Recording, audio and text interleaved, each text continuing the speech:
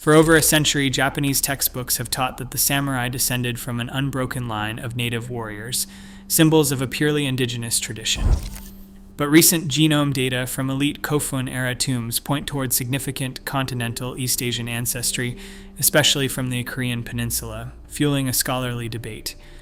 Does science now unsettle the myth of samurai as exclusively Japanese?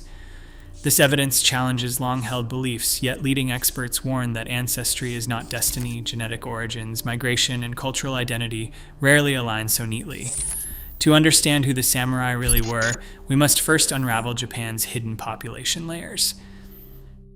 Japan's population history unfolds in distinct layers, each shaped by migration, adaptation, and the slow accumulation of power. The archipelago's earliest known inhabitants, the Jomon people, arrived as far back as 14,000 BCE. Archaeological evidence traces their presence through intricate cord-marked pottery, stone tools, and the remains of pit dwellings scattered from Hokkaido to Kyushu. For thousands of years, the Jomon lived as hunter-gatherers, isolated by rising seas and rugged terrain. Their genetic profile diverged sharply from continental East Asians, a result of millennia spent apart. Physical anthropologists note their robust builds and unique facial features, traits that would echo faintly in later generations.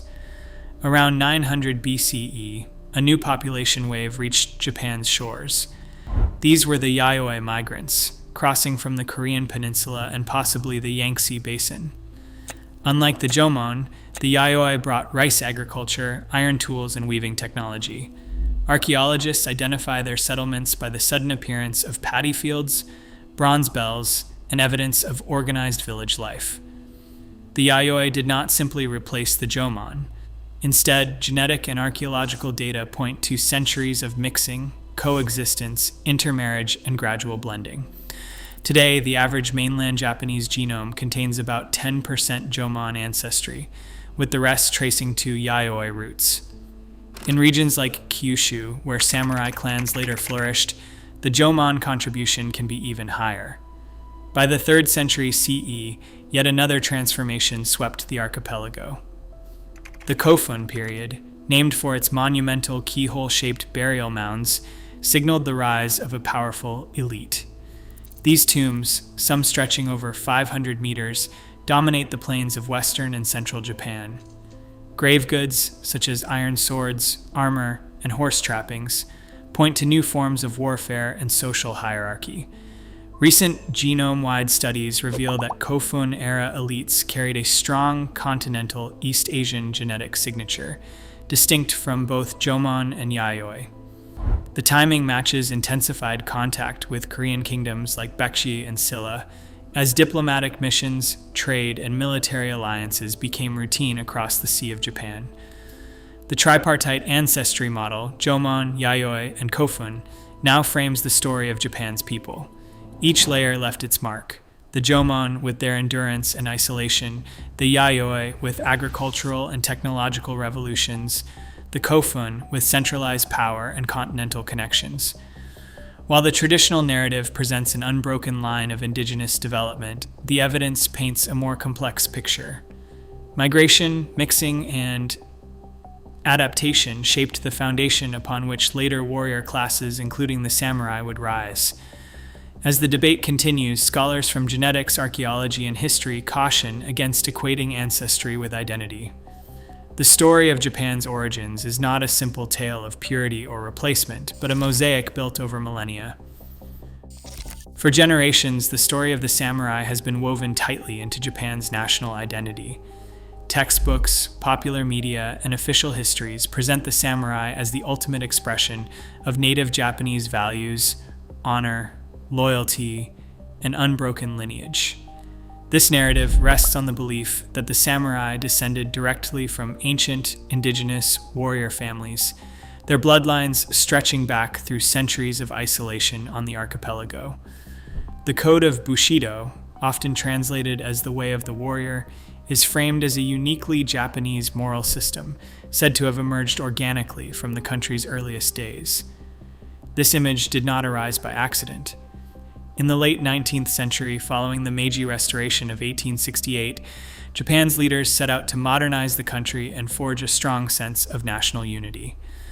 The Ministry of Education played a central role, reshaping school curricula to promote a cohesive story of the Japanese people. History textbooks published after 1868 codified the samurai as both the defenders and the embodiment of an ancient, unbroken Japanese spirit. Bushido, previously a loose collection of warrior ideals, became a formalized doctrine, presented as the ethical backbone of the nation. Through these reforms, the samurai were recast as the purest representatives of Japan's supposed ethnic and cultural homogeneity. This narrative carried ideological weight. It offered a model of discipline and sacrifice during times of rapid change, and later, during the rise of imperial ambitions. The samurai myth became a tool for unifying the population, justifying social hierarchies, and rallying citizens around a shared past. The idea of an unbroken indigenous warrior tradition provided comfort and certainty, especially as Japan faced external threats and internal upheaval. The Ministry of Education's efforts ensured that generations grew up with a clear, unquestioned sense of who the samurai were, and by extension, what it meant to be Japanese. Yet, the risks of holding too tightly to this myth are considerable. When evidence from archaeology, genetics, or outside scholarship challenges the purity or continuity of this narrative, it is not just a matter of academic debate. The stakes reach into questions of national identity, pride, and belonging. If the samurai, a symbol so central to the Japanese self-image, were shaped by migration, mixing, and adaptation rather than by an unbroken indigenous line, then the story of Japan itself becomes more complex and perhaps less certain. The tension between cherished beliefs and emerging evidence is not easily resolved, but it remains at the heart of how history, identity, and power intertwine in modern Japan. In 2021, a team led by Dr. Shigeki Nakagome at Trinity College Dublin published a genome-wide analysis that upended the familiar story of Japanese ancestry.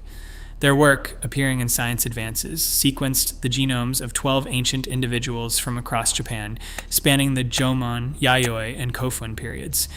The results did not fit the established dual ancestry model.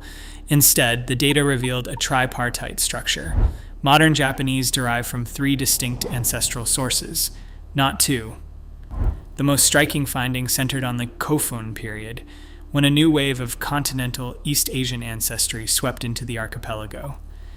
In these elite Kofun burials, massive mounds built for rulers and nobles, genetic signatures pointed to a strong influx from populations closely related to those of the Korean Peninsula and northern China. Statistical modeling showed that about 71% of the average modern mainland Japanese genome traces back to this third, previously unrecognized source. This figure dwarfs the contributions from the earlier Jomon hunter-gatherers and the Yayoi rice farmers, overturning the idea that Japanese identity rests primarily on deep indigenous roots.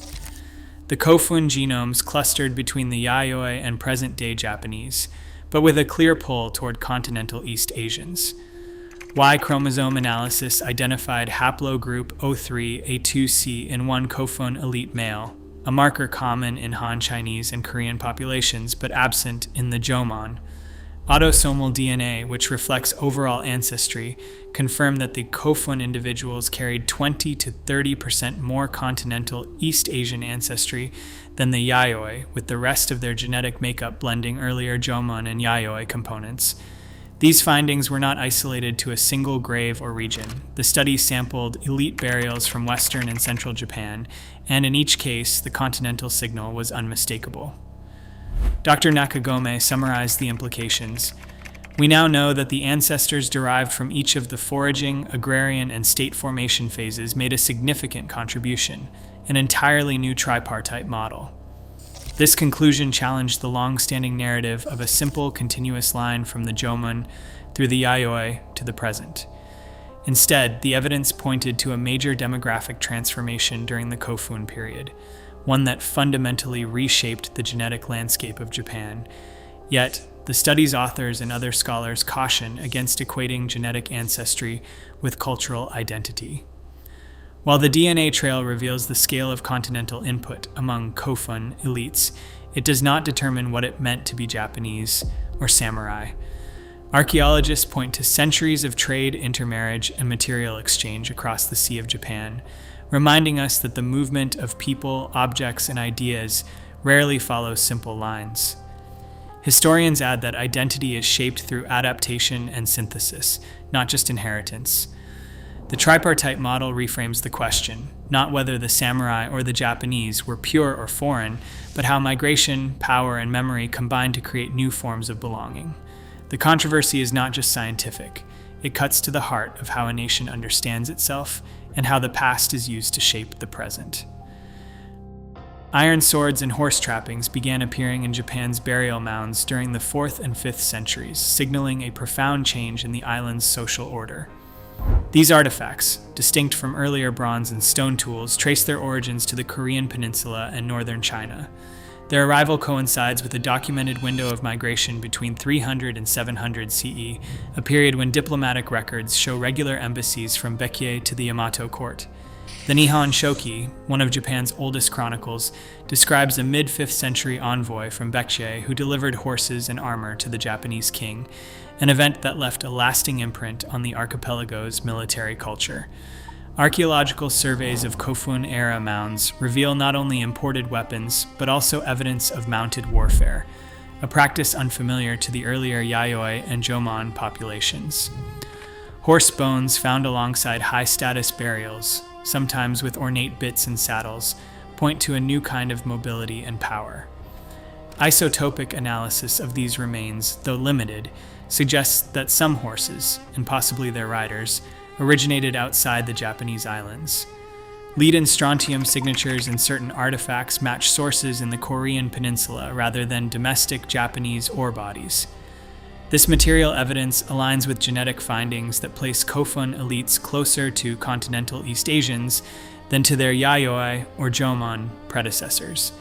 The 2021 genome-wide study mapped this transformation in detail.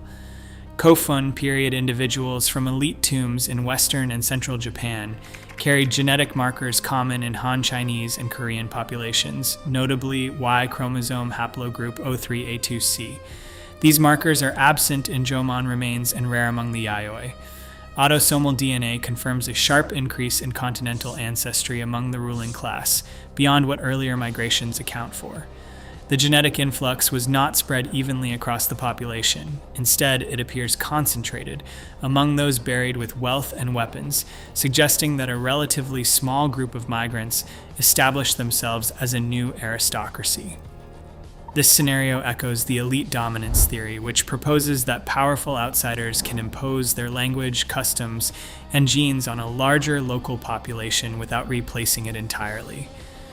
In Japan, the evidence points to a band of continental warrior lineages arriving with advanced military technology, iron swords, horses, armor, and leveraging these assets to consolidate control over land and people.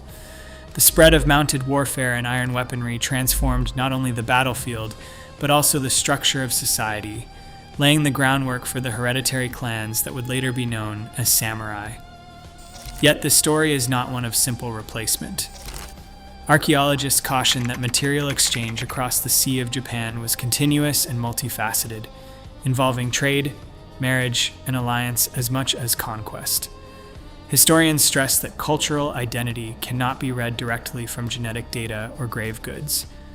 The rise of the samurai class was a process shaped by adaptation, synthesis, and negotiation, not a single wave of foreign domination. Critics of the elite dominance model warn against overstating the role of migration, pointing to the enduring influence of indigenous customs and the complexity of identity formation in early Japan. Scholarly debate continues around these questions. Population geneticists argue that the continental ancestry of Kofun elites is clear and significant. Archaeologists and historians urge caution, reminding us that power, culture, and belonging are built through more than bloodlines. The DNA trail offers a powerful new lens, but it does not tell the whole story of how the warrior class and the society they ruled came to be. Dr. Shigeki Nakagome, whose team led the 2021 genome-wide analysis, stands by the genetic evidence. We now know that the ancestors derived from each of the foraging, agrarian, and state formation phases made a significant contribution, an entirely new tripartite model. For population geneticists, the data from Kofun period elite burials, marked by continental East Asian markers, indicates a major demographic shift among the ruling class. To them, the influx of new ancestry is not a footnote, but a defining feature of early Japanese state formation. Historians and archaeologists, however, approach these findings with measured skepticism. Mikael Adolphson of Cambridge University cautions, archaeological evidence has long suggested 3 stages, but the last one has largely been ignored. He points out that while migration and material exchange are well documented, the leap from DNA to identity is fraught with pitfalls. Archaeologists remind us that iron swords, horse gear, and even burial styles crossed the Sea of Japan through centuries of trade, alliance, and adaptation, not simply conquest or mass migration. Material culture, they argue, cannot be reduced to genetic inheritance. The debate is not merely academic.